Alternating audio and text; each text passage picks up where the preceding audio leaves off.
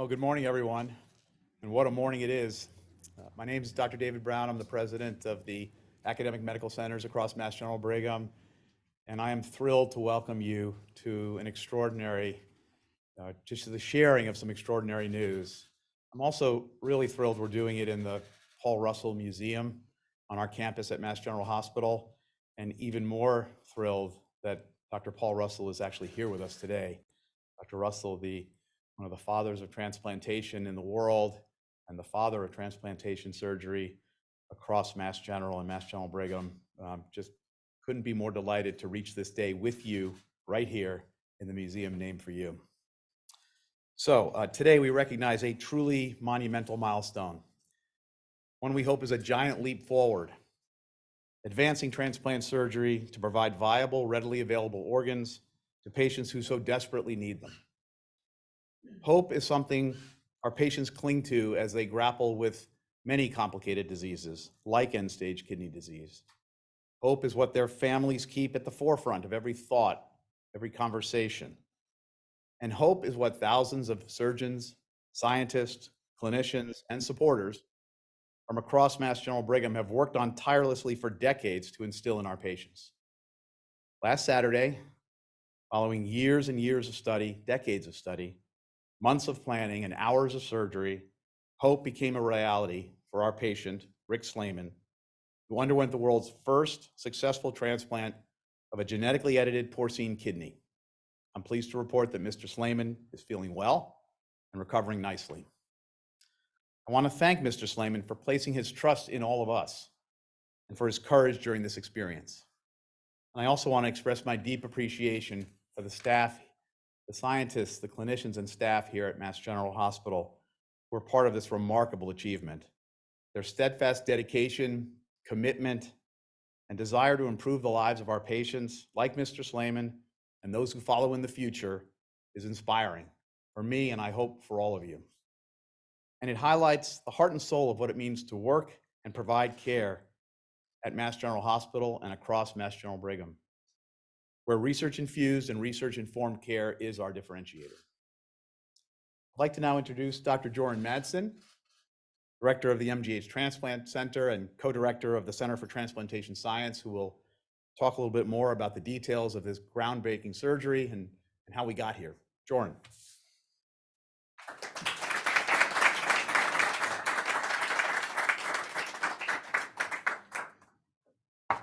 Thank you, Dr. Brown. History was made in Boston in 1954 when the Brigham performed the first human kidney transplant. History has repeated itself 70 years later today at Mass General with the first successful pig kidney transplant. Transplantation is a modern miracle. Every year, tens of thousands of patients with end-stage renal disease or any type of organ failure on a wait list are waiting for the gift of life, which transplant provides. However, by the end of this day, 17 Americans and more than double that number of patients around the world will die waiting for a transplant because there are just not enough donor organs to go around. This organ shortage is the major problem facing transplant today. The dream of transplant researchers, the Holy Grail, has been to use pig organs to supplement the human organs and to solve the problem of the organ shortage. Why? Because pigs are an unlimited supply of organs. Pig to human organ transplantation is called xenotransplantation. If it were easy, we'd be doing it by now, but it's not. The human immune system reacts incredibly violently to a pig organ, much more so than to a human organ. Let me try to put that in perspective for you. If we were going to take the drugs we use every day to protect our human patients from rejection following a kidney transplant, take those drugs and try to use them in a patient who receives a pig kidney transplant, that transplant would reject and literally turn black in minutes. The barrier to pig xenotransplantation is formidable. The good news is that we've been able to overcome that barrier. How? 3 ways. We've used genetically modified pig organs that are much more compatible with humans. These organs were created by eugenicists, and you'll hear more about that from Mike next. They were created using the recently discovered gene editing technique of CRISPR-Cas9. Second, we have used new monoclonal antibodies that are specifically effective at damping down the immune rejection response against pig tissue. These monoclonal antibodies were provided generously from our pharmaceutical colleagues. Third, and as importantly, we extensively tested these special pigs and monoclonal antibodies in our animal models to be sure that we had the optimal protocol to apply to humans. Speaking about human transplantation, the transplantation programs at Mass General Brigham draw upon the expertise of some of the countries and indeed the world's leading transplant physicians and scientists. Our commitment to groundbreaking research and state-of-the-art medical facilities provide for the evaluation and treatment of patients in a way that is innovative, compassionate, and successful. At MGH, that commitment started a long time ago, 1963, by none other than Dr. Paul Russell, sitting here in the front row. Indeed, the museum is named after Russell for all his contributions, not only to MGH, but to the transplant field writ large. Dr. Russell just turned 99, and he is still an active and important contributor to the Massachusetts Transplant Center. Thank you, Dr. Russell.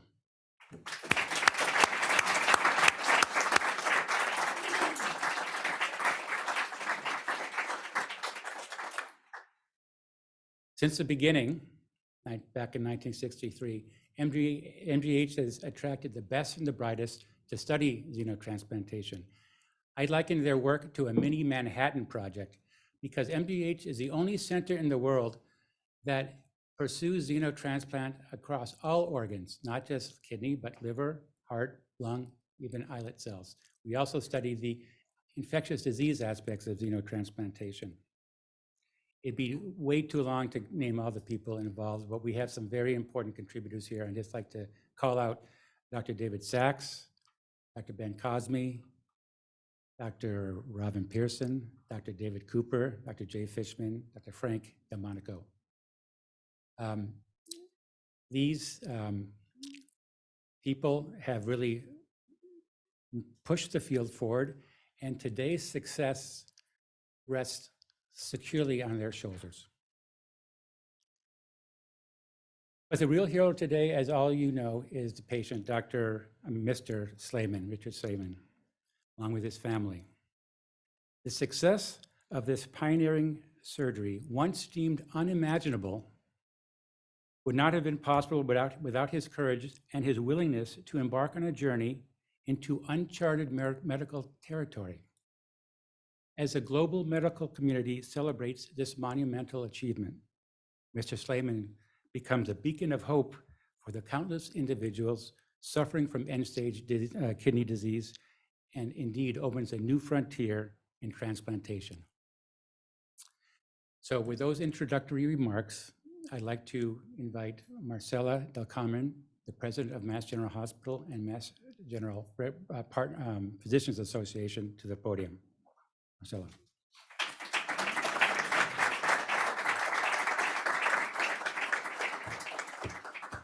Good morning, everyone. My name is Marcela Del Carmen, and as you heard, I'm the president of the Mass General Hospital and the Mass General Physicians Organization. Today is an extraordinary historical day for all of us in this room, but also for all the patients to come who are going to be able to have a hope of a xenotransplant. It is truly an honor to be here today with all of you. Standing in our hospital's history museum, especially fitting, as it illuminates Mass General's long and illustrious history of commitment to advancing the field of transplant surgery. We are delighted today that transplant pioneer Dr. Paul Russell, for whom this museum is named, could join us. You've heard already about his legacy and his contributions to the history of transplant medicine. And I think that to be able to celebrate today and to be able to imagine the unimaginable that stands in front of us as our future in transplant medicine, we have to look at the past. And I want to spend just a few minutes celebrating Dr. Russell for your contributions, Dr. Russell, to the field of transplant medicine and transplant surgery. Dr. Russell dedicated his career to creating and growing a clinical transplantation program at Mass General, where in 1963, we performed our first kidney transplant. Throughout the years, Dr. Russell trained hundreds of clinicians and scientists throughout the world and was instrumental in showing the need for identifying, matching, and distributing life-saving donor organs in the region. As you heard already, he continues to be committed to the mission of training the scientists of today and the future. His work ultimately led to the creation of the New England Organ Bank. Dr. Russell, did you ever envision that 60 years later, after the first groundbreaking surgery here, that we'd be here today with such incredible advances celebrating the first xenotransplant kidney in the world? I don't know if you ever imagined that, but it is a remarkable, extraordinary day for all of us today. It is truly, simply amazing. Last, I want to offer my gratitude to the dedicated professionals who paved the way for this surgery. I want to thank their incredible and indefatigable contributions, including Dr. Russell, but also every single person who's made today possible. And before I leave, I want to thank our patient. As you heard from Dr. Brown, if it wasn't for the trust that Mr. Slayman and his family gave to the MGH and our team, today would not have been possible. Mr. Slayman, you are a trailblazer. You are opening doors and bringing patients forward to a world that was unimaginable to many of us even 2 weeks ago. I want to thank all of you for being here today with us, celebrating this extraordinary day, this historical day in medicine and in transplant surgery. And I want to turn the microphone over to Mike Curtis, CEO of eGenesis.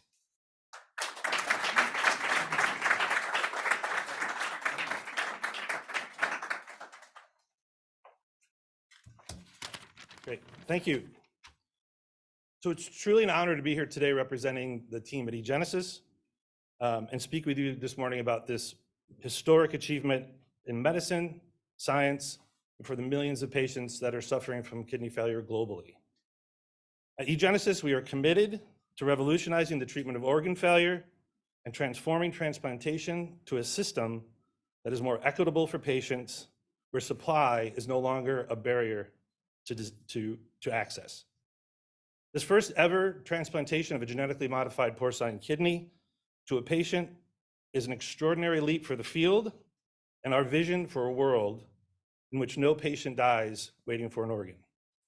Cross-species transplantation offers the most scalable and sustainable approach for delivering new source of organs to patients. The relentless dedication of forward-thinking scientists and physicians for the past century, driven by the ambition to realize cross-species transplantation, has propelled the field forward, overcoming formidable obstacles and challenges.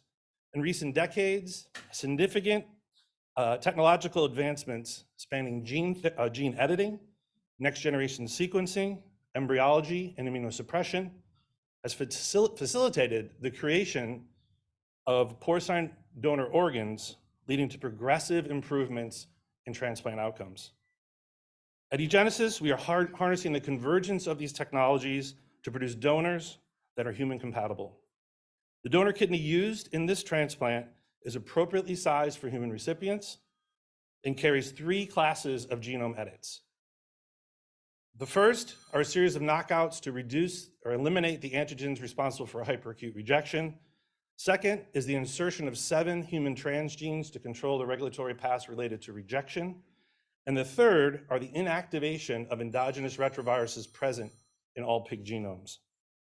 We are the only company in the field currently addressing organ safety and efficacy through these 3 classes of edits. Our confidence in proceeding with kidney transplantation in patients is founded on the long-term survival that we've achieved in non-clinical transplant studies, which were published in Nature in October. Since 2018, eGenesis has collaborated closely with the team at MGH, a partnership pivotal to achieving the preclinical success and data set required to advancing our product into the clinic. This work has enabled us to now evaluate this product in the living patient. As a world-class leader, Mass General Brigham's commitment to both scientific and patient care excellence sets a gold standard in how we think about solving the complex medical issues of our time. This approach to academic medicine, particularly through its 2 flagship academic medical centers, have helped us get to this very special, momentous day. At eGenesis, we are humbled by the opportunity to bring our product to a patient in need of a life-saving transplant. We are profoundly grateful to Mr. Slayman and his loved ones for their generosity and their pioneering spirit. And we thank the teams at MGH that made this monumental procedure possible, and most importantly, successful. And as remarkable as this journey has been, at eGenesis, we believe this is just the beginning of a new frontier and a new day for patients globally suffering from kidney failure. Thank you. And I'd also like to take the opportunity to thank the team at eGenesis for all their hard work and dedication for actually making this a reality. Thank you.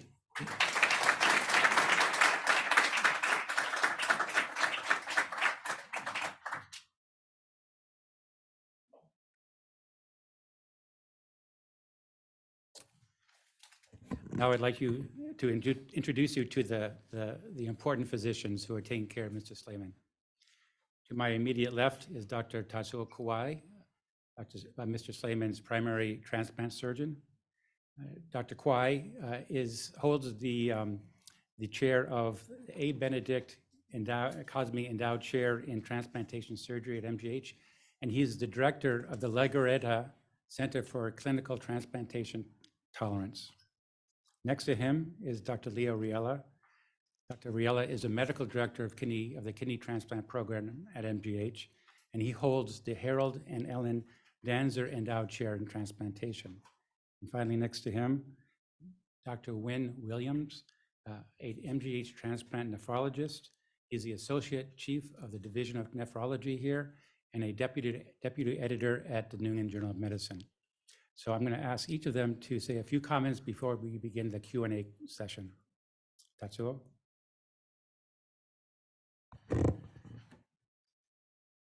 Good morning. Good morning. Can you hear me? Okay. Good morning. So as Dr. Matson just mentioned, Mass General Brigham has decades long, since the time I was still baby using pacifier. That long, robust history on xenotransplantation, led by Dr.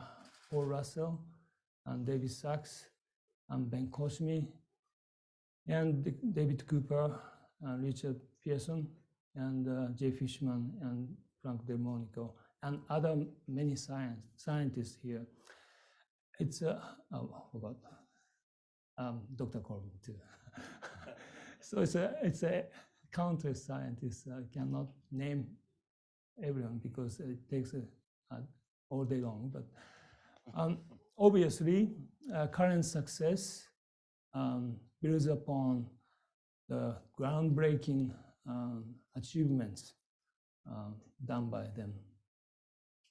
So over the past 5 years, we have conducted extensive preclinical research with eGenesis. Thank you very much. And they provided us pig organs with various gene edits. And we tested them by transplanting them into non-human primates. Through this process, we have identified the optimal gene-edited pig payload and developed an effective immunosuppressive protocols specifically tailored to xenotransplantation. In addition, we gained valuable insights in caring the recipients long-term after xenotransplantation. Our research fellow works hard really hard, 24/7, despite the COVID pandemic. And our efforts led to pig kidneys surviving for more than 2 years with normal function in non-human primates. And these results were published in Nature last year. But these results are even more encouraging, given that the outcomes in humans are expected to be more favorable because those gene edits were designed for humans rather than non-human primates. Together, these results led us to seriously consider proceeding with the transplant candidates who are running out other options. The first patient we identified was actually a patient of mine, whom I have been caring for the past 12 years, including his last human kidney transplant in 2018. Detail about these patients and the selection process will be presented by Dr. Riera and Williams. But he carefully considered and accepted to be a first recipient of kidney xenotransplantation. I performed the kidney transplant procedure with Dr. Nahel Elias, who is an excellent surgeon and interim chief of Division of Transplant Surgery. The size of the pig kidneys was exactly the same as human kidneys. And despite difficult patient because advanced vascular disease in this patient, the procedure went well. Upon restoration of blood flow into the kidneys, the kidney picked up immediately and started to make urine. When we saw the first urine output, everyone in the operating room burst in applause.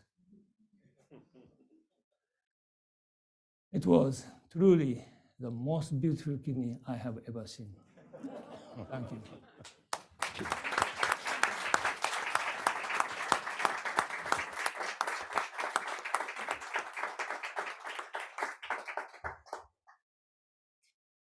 My name is Dr. Leo Riella. I'm medical director of the kidney transplant program, Mass General, and I'm a physician scientist. My work involves bridging the clinical practice and research, helping translate scientific discoveries into therapeutic interventions that can directly impact our patients.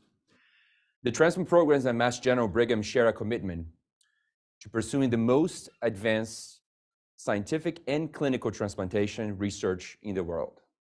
Among a few milestones, you have heard, the first kidney transplant was performed at the Brigham in 1954. The first transplant tolerance center in the world was just launched last year at Mass General, giving hope to many patients to come off anti-rejection medications. And today, we announce the successful gene-edited pig kidney transplant into a living human. More than 100,000 patients are on our waiting list in the US, but only about 20,000 kidney transplants are available yearly. Every week, we have to remove patients from the waiting list because they become too sick to get a transplant while on dialysis. The timely availability of kidney could give the opportunity to thousands to obtain a much better treatment for kidney failure than dialysis. They could get a kidney transplant. Some are lucky to have a living donor, which allow us to plan a timely surgery. The majority of patients, though, have to wait 4, 5, 6 years on a wait list to get a deceased donor kidney transplant. We never anticipated dialysis becoming a lifelong solution for patients with kidney failure. How could filtering the blood 3 times a week for 3 hours be compared to the filtration of a kidney, which is naturally 10 times more effective and operates around the clock to remove all the toxins and maintain our water and mineral balance? Yet, this is the stark reality for over 600,000 patients undergoing dialysis in the US, where dialysis has sadly become their last resort for managing kidney failure. Now picture a different narrative, one where healthy young kidneys are readily available for transplantation in individuals with advanced kidney disease. Today, we are offering a glimmer of hope to many of these patients. As the lead investigator of this study, I brought together an amazing team of scientists, surgeons, physicians, industry partners that allow us to have this major breakthrough in transplantation. Based on the solid preclinical research that you heard from Dr. Kawai, our group believed it was scientifically justifiable to move xenotransplantation to the clinic. I would like to give special credit to 2 MGH physician scientists, Dr. David Cooper and Dr. Robin Pearson, both giants in the field of xenotransplantation who really push us to find a solution to advance xenotransplant to the clinic. We decided that the best route was to pursue a compassionate use application in the FDA. This regulatory pathway allows patients with life-threatening conditions to access experimental therapies that have not yet been approved by the FDA. Despite not being approved, these therapies are subject to strict criteria and oversight to minimize the risk of patients and to gather additional data to drive future trials. We started communications with the FDA more than a year ago to understand all the requirements for this compassionate use application. In parallel, we started to conduct multiple meetings with nephrologists in our group to help identify the ideal candidate. In our view, the ideal candidate would be a patient who was approved for a regular human kidney transplant, but had no living donors and was facing significant challenges with dialysis. Older patients with diabetes are particularly susceptible to vascular complications and fast health deterioration on dialysis. The survival of these patients is less than 25% in 5 years, worse than most cancers. So waiting 4 or 5 years on dialysis reduces significantly their chances of getting a kidney transplant. A few additional steps were taken once our patient was selected, including an evaluation by an independent, non-MGH psychiatrist, an assessment by the MGH Ethics Committee, and the evaluation by 3 external experts in transplantation to provide their individual opinions about the patient's candidacy. We have then worked on the protocol, in particular the combination of immune suppressive medications and details about this infection surveillance post-transplantation, with Dr. Fishman playing an essential role. We adapted our protocol from the most successful regimen in non-human primate kidney xenotransplants at MGH, led by Dr. Kawai, as well as Dr. Cooper. In particular, we developed a novel approach in using an anti-rejection medication not yet available in the clinic from our industry partner, Eledon. Once submitted to the FDA, the MGH team then started regular meetings with the FDA to address specific concerns and resolve any remaining questions. Our experience with the FDA was outstanding, and I would like to thank their help and guidance. Once approved by the FDA, the protocol was submitted to our MGH Institutional Review Board, who provided an additional independent assessment. Finally, with the approval by the MGH Review Board, we thoroughly discussed with the patient on multiple occasions all the known and unknown risks of the procedure, and he bravely decided to move forward with the xenotransplantation. My deepest gratitude goes to our MGH team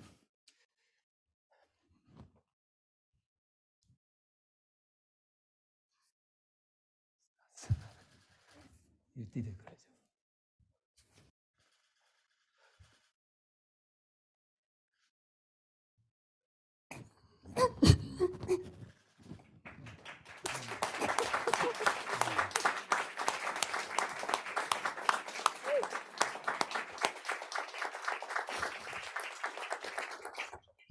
You worked too hard. Thank you, sorry. For their support, guidance, and expertise. I cannot think of a more dedicated team in the world, and I'm honored to be part of it. I'd like to thank as well our industry partners, Eledon, Alexion, and especially Genesis, for believing in our team and our vision. We work with the Genesis team, in particular Susan Lowe and Kristen Gatchell, side to side daily for the past couple of months. This collaborative nature between industry and academia is crucial for us to translate advancements such as the one we are sharing today. You hear now about our brave patient with Dr. Williams. Thank you.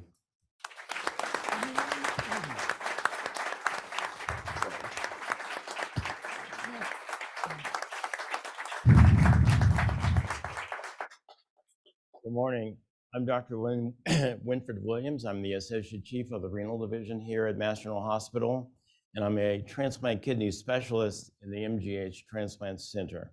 And there, I take care of patients with all forms of chronic kidney disease, but with a special focus on patients with end-stage renal disease, preparing them for kidney transplantation, and after they receive a kidney transplant, caring for them in the post-transplant kidney clinics here. It is a great pleasure and honor for me to be here to comment on my patient and to do so with my esteemed colleagues and mentors in the front rows here who are pioneers in xenotransplantation research and who laid the foundation, the groundwork for this momentous occasion. And of course, with special tribute to Dr. Russell, whose namesake adorns this museum. Mr. Slayman, my patient who received the pig kidney transplant this past weekend, has been a patient of mine for over a decade. And in that time, of course, I've come to know him very well. He received his first kidney transplant in 2018 after being on dialysis for 7 years. And as you heard today, dialysis and diabetes and hypertension are leading causes of kidney failure in the United States. In fact, the most common causes of kidney failure in the United States. And he had 30 years of exposure to diabetes, which led to end-stage renal disease. Even before his first kidney transplant, he was having great difficulty on dialysis because the blood vessels used to obtain the blood that is pumped to the dialysis machine were often clotting and ultimately failing. And a patient cannot effectively undergo successful hemodialysis if their blood vessels continuously clot off or fail to provide good blood flow. The issues with his blood vessels, in fact, were one of the reasons Dr. Kawai operated on him over 10 years ago in an attempt to fix this problem. Mr. Slayman was fortunate to receive his first kidney transplant from a deceased donor 6 years ago, and it functioned reasonably well for the first 4 years. In the 5th year, however, it began to progressively fail. This led to progressive fluid buildup in his body, leading to congestive heart failure, as the failing kidney was unable to effectively remove excess fluid from the circulation. Electrolyte imbalances also developed, such as high levels of potassium in the blood, and this condition can interfere with the normal electrical activity of the heart, creating dangerous heart rhythms, and in fact, can cause sudden death. Therefore, we judged it to be in his best interest to have him return to hemodialysis, which he has been on for the past year. After his return to hemodialysis, however, the previous problems with his blood vessels, clotting, resurfaced. He underwent increasingly frequent procedures to remove the clots from his vessels to restore blood flow. Over the year, he underwent numerous surgeries to correct this problem, but it persisted. Dr. Kawai even operated on the great vessels in his thigh area to create a good portal for vascular access. However, these vessels too clotted off. Mr. Slayman estimates that he endured fully 30 to 40 surgical and radiological procedures to address vascular access problems. And over that time, slowly but surely, I witnessed my patient becoming increasingly despondent and depressed over his dialysis situation. At one point, he told me he thought he would not be able to go on. He literally said, "I just can't go on like this. I don't want to go on like this." So this is the time when I began to think about extraordinary options that might provide a remedy and hopefully provide him with a much improved quality of life and a brighter future. And this is when Dr. Riella approached me with the idea of a pig donor kidney for him in this situation of medical urgency, a miserable time, a miserable life on dialysis. And we both thought this was an excellent option for him and might be even life-saving. So I want to close by commending Mr. Slayman, who's been my patient, as I said, for many years, for his courageousness in becoming a trailblazer in the field of transplantation. He saw this as not only as a way to improve his own personal life, but a way to provide hope for the thousands of people who need a transplant to survive. Thank you very much.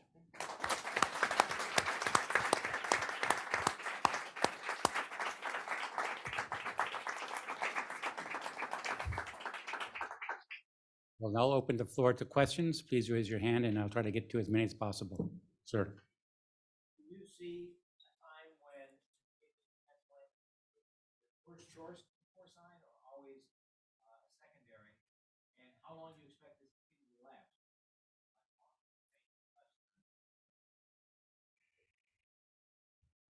Upon restoration of the blood flow to the kidney, it's quickly, immediately picked up. That is the first impression. This kidney probably goes on long time. And we still don't know how many years these kidneys can survive. But based on our preclinical research, we are aiming at years, at least for more than 2 years in the best case scenario. But still, we have to be careful. Will porcine choice always be secondary to a human choice, or do you see a time when it becomes primary? There's so many unknowns. This is the first time we're doing. So human transplant is not going to go away. But you've just heard from all of us how challenging it is for many of our patients being on dialysis that they don't have the option of having a human kidney. So while the human kidney would be ideal, we feel strongly that xenotransplantation sounds a reasonable option for these patients, either as a bridge or hopefully in the future as being the permanent treatment. Please.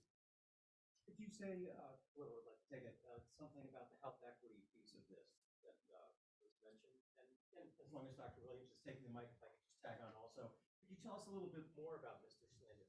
What kind of person he is, and his family was mentioned, if there's anything salient about that.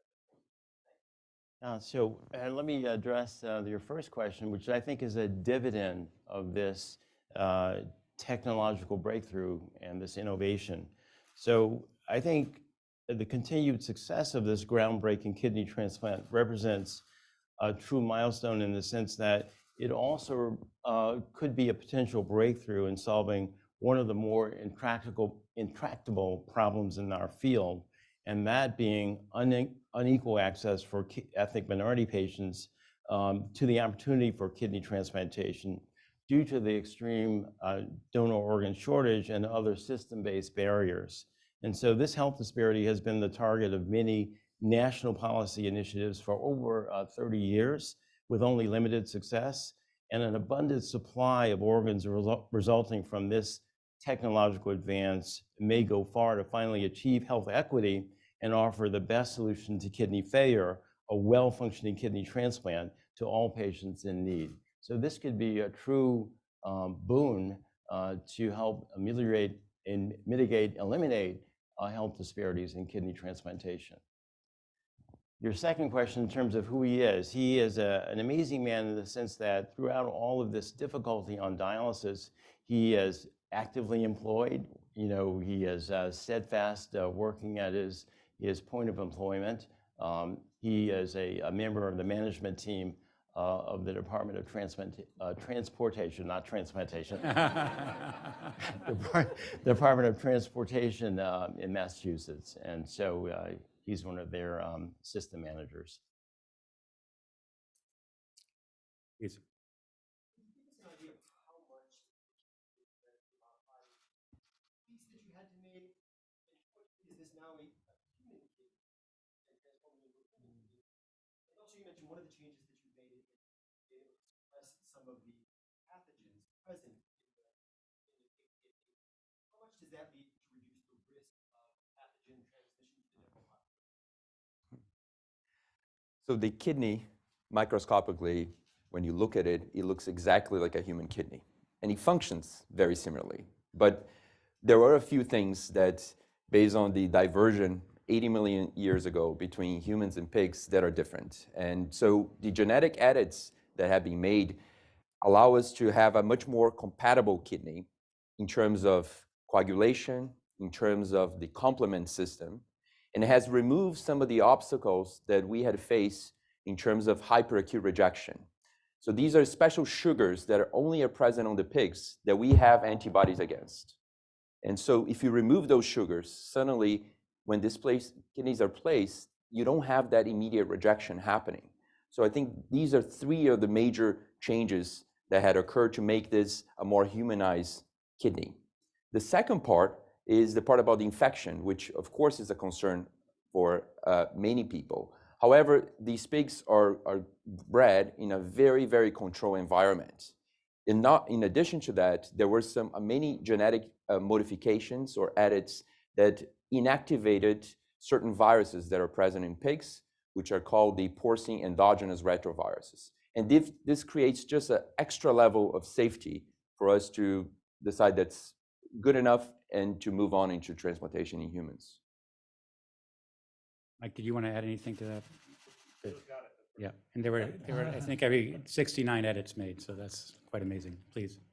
Dr. Kawai, could you say more about just what was the mood and operating room, what was going through your mind as you were actually scheduling that kidney? We have best support, and the nurse was very supportive, and actually 15 people in the OR. But it was a difficult procedure because of the existing vascular disease and took longer than usual. But their presence let us work more, in a stable mind. So it's really tremendous support. And also, anesthesia team did a great job too. So Maybe the OR team can raise their hands. There are quite a few of them here. that's great.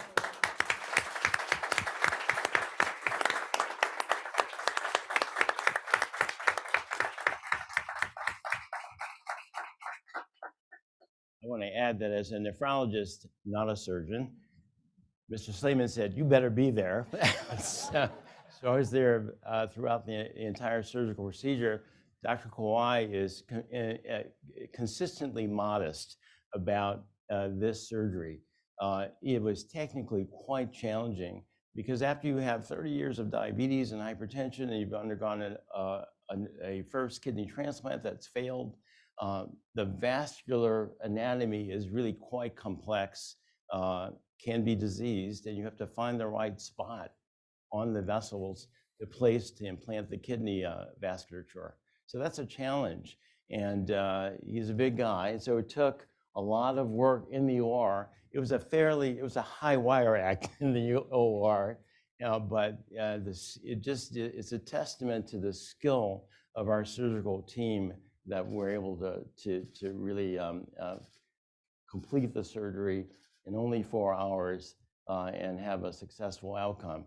And when we were there, as soon as they then connected the vessels, and we call it the reperfusion phase, the kidney, as Dr. Kawai said, immediately pinked up, and the ureter was held up, and it was making urine, and it was just an amazing moment. There was applause that erupted in the OR. It was quite an experience. Please.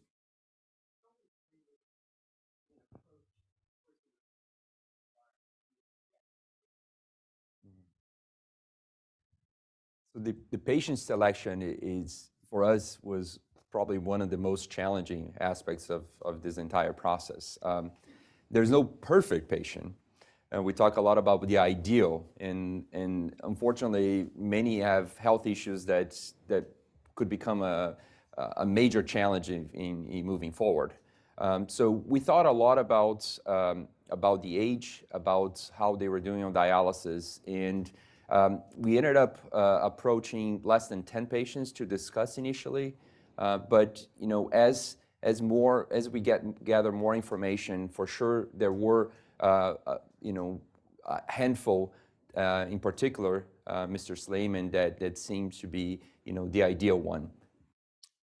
Can I just interrupt, Leo? Can you just maybe mention the NIH workshop with the patients, the kidney patients, and how their attitudes were? Yes, National Kidney Foundation. Yes. So one of the things that we did in parallel, so the National Kidney Foundation has had a xenotransplant workshop where patients were there, invited, and they were asked the question about, should we be moving forward with xenotransplantation and why we should be moving forward.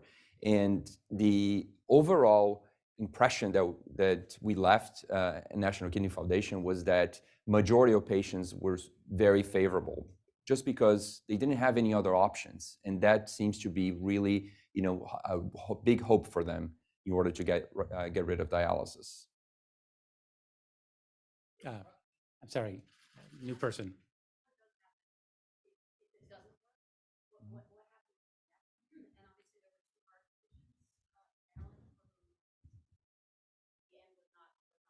Mm-hmm. Yeah, so we can comment on the two different models there. You're talking about heart transplantation as compared to kidney. In the preclinical research that's done in the kidney model, the survival of the organ really is much more robust and for a longer period than the heart models. And the other piece there is that those patients who underwent heart transplantation in Maryland were more sick, much more sick than our current patient. Mr. Slayman is actually quite robust, even though he's been on dialysis for years. So there are differences in terms of the patient selection as well. I would say that if this kidney were to fail, he would have to resume the life-saving mechanism of dialysis.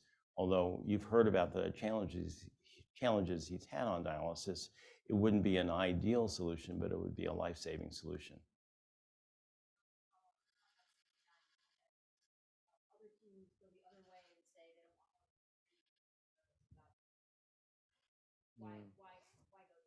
Yeah. So if we go over the research that has been done in the past 30 decades, the really huge leaping advancements in terms of how long these organs are surviving happen when multiple edits started to get included. We cannot tell you for sure how many edits we need. What we can tell you is that the edits that were used on this pig led to the best kidney transplant survival in non-human primates that we have ever seen. So for us, that was enough to say, look, biologically it makes sense. We need to make these systems more compatible. And we want to make it safe to patients as well. And that's where some of these edits into the porcine endogenous retrovirus were made. So there were few genes inserted, a total of three removed and 7 inserted. And the other genes were all those changes made to the porcine endogenous retrovirus.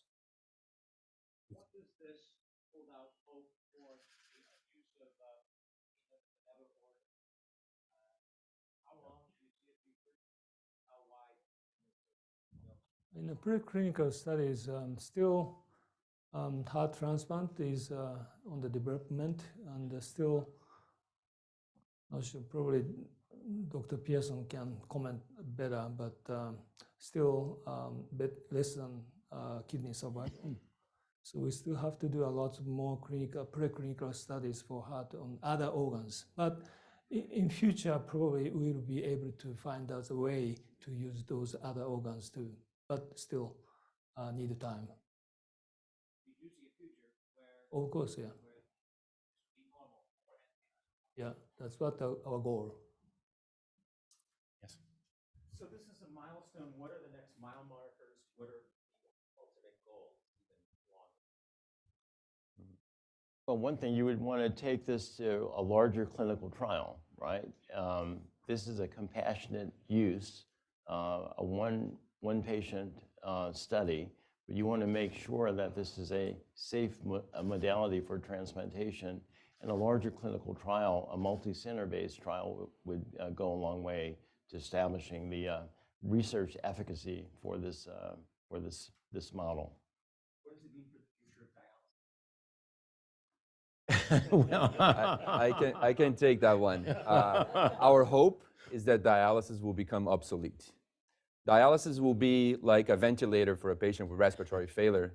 You use it for a period of time, and hopefully, if they're healthy enough, they could have a more permanent solution, which could be a human transplant or a xenotransplant. The dialysis providers will not be happy with that statement. Can you give us an idea among patients who have received non-genetically modified pig kidneys? What was their average survival length or their record survival length? So non-genetically just wild pig. Right. It's a couple of minutes.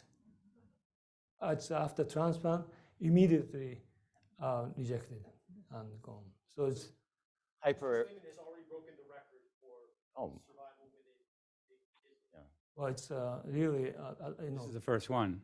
There have been previously non-genetically modified. No, Never been. no, this is the first. This is the first kidney period from a pig.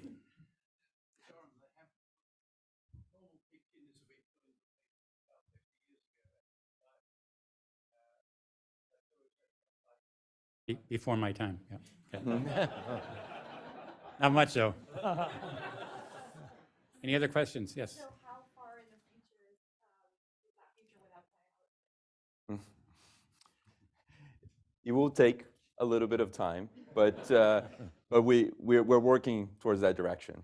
I hope Dr. Russell, I don't know if you ever imagined being here and seeing xenotransplantation. Maybe I'll say the same. I hope in my future career I won't be seeing dialysis except for short period of time and in exceptional conditions. And in that setting, dialysis may be a bridge, right, as patients are getting prepared for a xeno opportunity.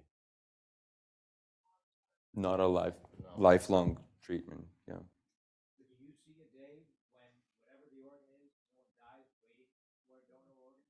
Well, that mortality rate would be much, much diminished, for sure. If you were able to take a kidney off the shelf, as it were, the eGenesis shelf,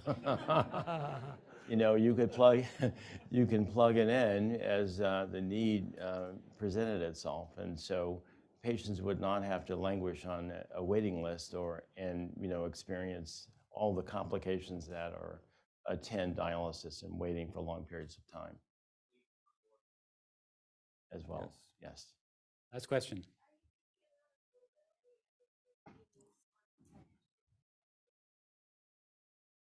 So in terms of an economic analysis of this transplant model, I don't know that there have been any.